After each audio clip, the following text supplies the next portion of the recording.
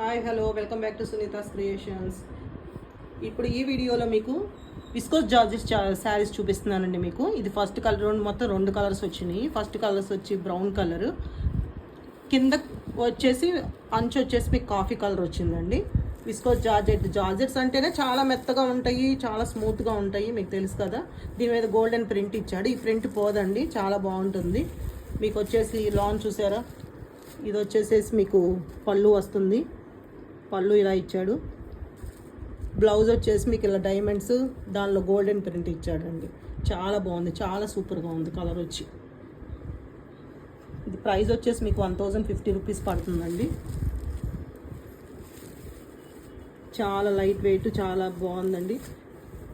Daily యూస్కి చాలా బాగుంటుందండి ఇది.